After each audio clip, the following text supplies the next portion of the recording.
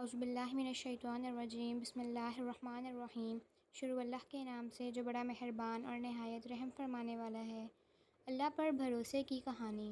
ایک عورت کہتی ہے کہ میرا خاوند کسی وجہ سے لمبی مدت کے لیے غائب ہو گیا۔ اس وقت میں کم عمر بچی کی ماں بھی تھی، جبکہ میرا ضعیف عمر باپ بھی ہمارے ساتھ رہتا تھا۔ ہماری غربت اور مفلسی کی انتہا نہ تھی، اور اکثر اوقات ہمارے گھر میں کھانے کو کچھ نہ بنتا تھا۔ اگر ہم دوپہر کو کھانا کھا لیتے تو رات کو بھوکا سونا پڑتا تھا۔ صبر کے ساتھ ہم ہر حال میں اللہ تعالیٰ کا شکر ادا کرتے تھے۔ ایک رات کو اللہ تعالیٰ نے ہمارا وہ امتحان لیا جو اس سے پہلے کبھی نہ لیا تھا۔ میری بیٹی کو شدید بخار ہو گیا۔ بچی کا بخار اتنا شدید تھا کہ مجھے اپنی اور اپنے والد کی بھوک بھول گئی۔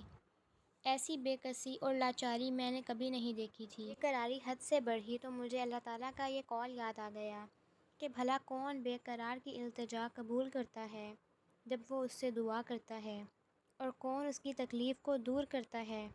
جی ہاں، ہر قسم کی تکلیف، چاہے وہ بھوک کی ہو، بیماری کی ہو، یا غربت و فلاس کی ہو، یا پھر گناہوں کی، کون ہے اس ذات پاک کے علاوہ جو ان تکلیفوں کو دور کر سکتا ہے۔ یہ سب سوچ کر میں اٹھی اور جا کر وضو کیا۔ واپس آ کر بچی کے ماتھے پر پانی سے بھیگی ہوئی پٹی رکھی، اللہ کے حضور نماز کی ادائیگی کے لیے کھڑی ہو گئی۔ مختصر سی نماز پڑھنے کے بعد ہاتھ اٹھا کر بچی کے لیے دعا کی، اور اس کے ماتھے سے پٹی اتار کر دوبارہ پانی سے بھگو کر رکھی، اور ایک بار پھر نماز کے لیے کھڑی ہو گئی۔ نماز کے بعد ایک بار پھر بارگاہ الہی میں ہاتھ اٹھائی اور دعا سے فراغت پر پانی کی پٹی تبدیل کی، اور دوبارہ نماز کے لیے کھڑی ہو گئی۔ یہ عمل میں نے کئی بار دہرایا۔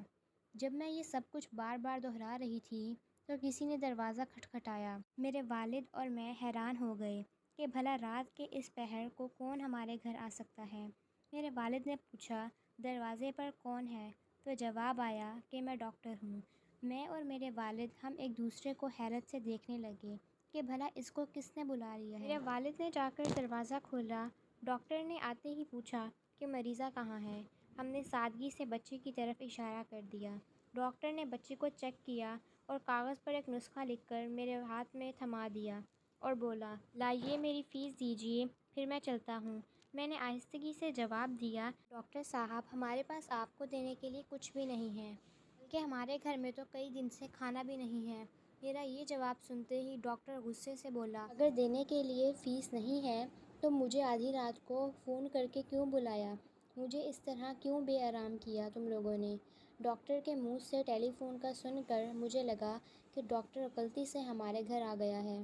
میں نے ہمت کر کے ڈاکٹر کو جواب دیا کہ ڈاکٹر صاحب، ہم نے آپ کو ٹیلی فون کر کے نہیں بلایا، بلکہ ہمارے پاس تو ٹیلی فون بھی نہیں ہے۔ یہ سن کر ڈاکٹر نے مجھ سے پوچھا، تو اچھا، کیا یہ فلاں شخص کا گھر نہیں ہے؟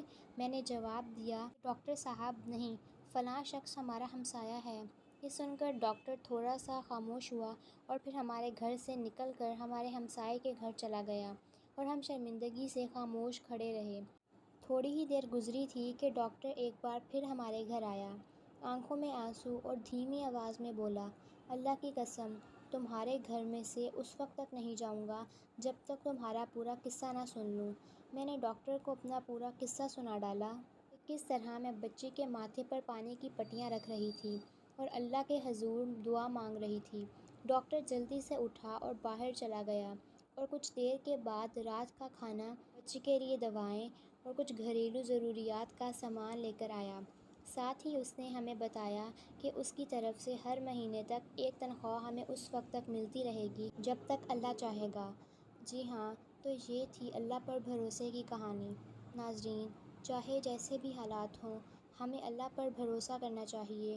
یقیناً جو لوگ اللہ پر بھروسہ کرتے ہیں، اللہ پاک ان کی مدد ضرور کرتا ہے۔ جی تو ویورز، یہ تھی آج کی ہماری ویڈیو۔ امید ہے آپ کو میری ویڈیو پسند آئی ہوگی۔ اگر آپ کو میری ویڈیو پسند آئی ہو تو میرے چینل کو سبسکرائب کریں، ویڈیو کو لائک کریں، شیئر کریں۔ اللہ حافظ۔